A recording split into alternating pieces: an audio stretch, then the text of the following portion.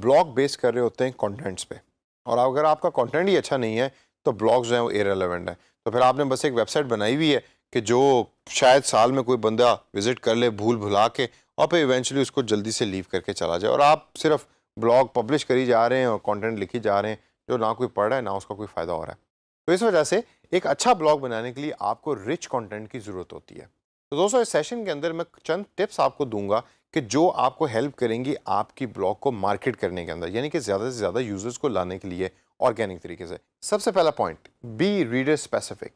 Reader क्या पढ़ना चाहता है उसको सर्च कीजिए, प्रॉपर रिसर्च के साथ ब्लॉग्स को लॉन्च करें और उसकी बेस के ऊपर आप अपने कंटेंट को पब्लिश करें। फॉर एग्जांपल, एप्पल ने नया आईफोन रिलीज किया। अब एज ए रीडर मैं आईफोन 6 के बारे में पढ़ना नहीं चाहता, मैं आईफोन 10 के बारे में पढ़ना चाहता हूँ, या लेटेस्ट जो भी आईफोन इस टाइम करंटली अवेलेबल है मैं सिर्फ उसके बारे में पढ़ना चाहता हूँ। तो अगर आप आईफोन 6 के बारे में लिख रहे हैं तो आपका क्या ख्याल है कि आपके ब्लॉग के आर्टिकल के ऊपर कोई व्यूज़ आएंगे, कोई इसको पढ़ना पसंद करेगा? बल्कि वो एक नेगेटिव चीज़ मानी जाती है कि भाई ये ब्लॉग देखो कितना आउटडेटेड है और ये आईफोन 6 के बारे में पब्लिश कर रहा है, जबकि इस टाइम आईफोन 10 मार्केट के अंदर अवेलेबल है।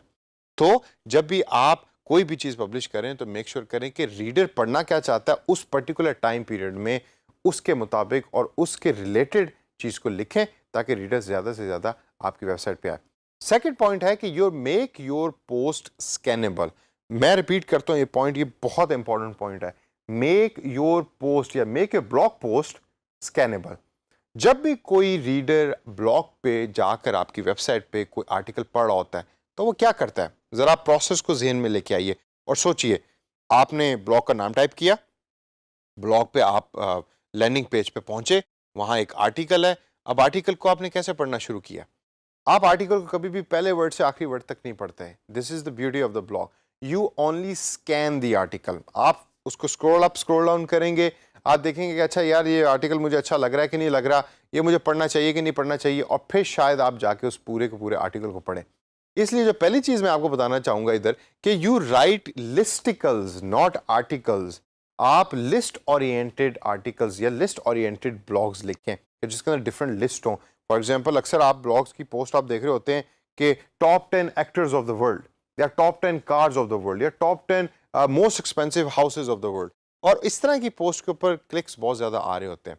तो जब भी कोई उस पोस्ट को स्कैन कर रहा होता है तो उस यूजर के लिए और रीडर के लिए इंफॉर्मेशन जो है बड़ी इजीली और ओपनली अवेलेबल होती है उस पर्टिकुलर इंटरफेस में, उस पर्टिकुलर ब्लॉग के ऊपर, तो पढ़ना आसान हो जाता है।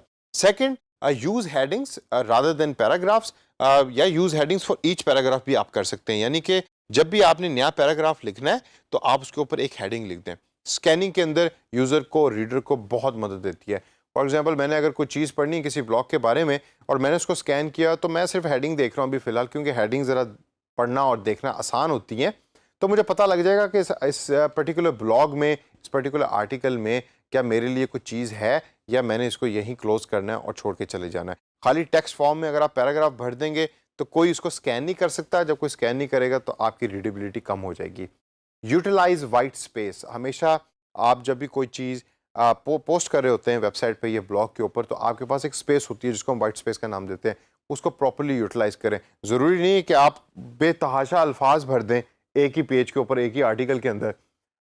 हेडिंग्स यूज़ कीजिए, पिक्चर्स को यूज़ कीजिए, इमेजेस को यूज़ कीजिए, वीडियोज़ को यूज़ कीजिए। किसी किसी जगह आप गूगल एडवर्ड्स की या एडसेंस की एड्स भी डाल सकते हैं ताकि आप कुछ पैसे भी कमा सकें।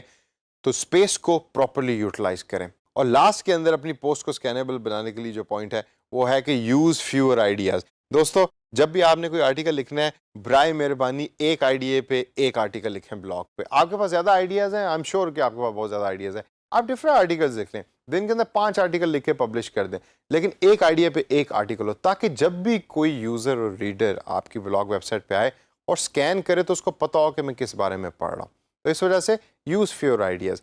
इसके बाद अगली अगर हम मेन पॉइंट देखें ब्लॉग्स के बारे में तो वो है कि use amazing headlines and images, जो बहुत ज़्यादा काम आते हैं आपके ब्लॉग्स की रीडेबिलिटी को बढ़ाने के अंदर।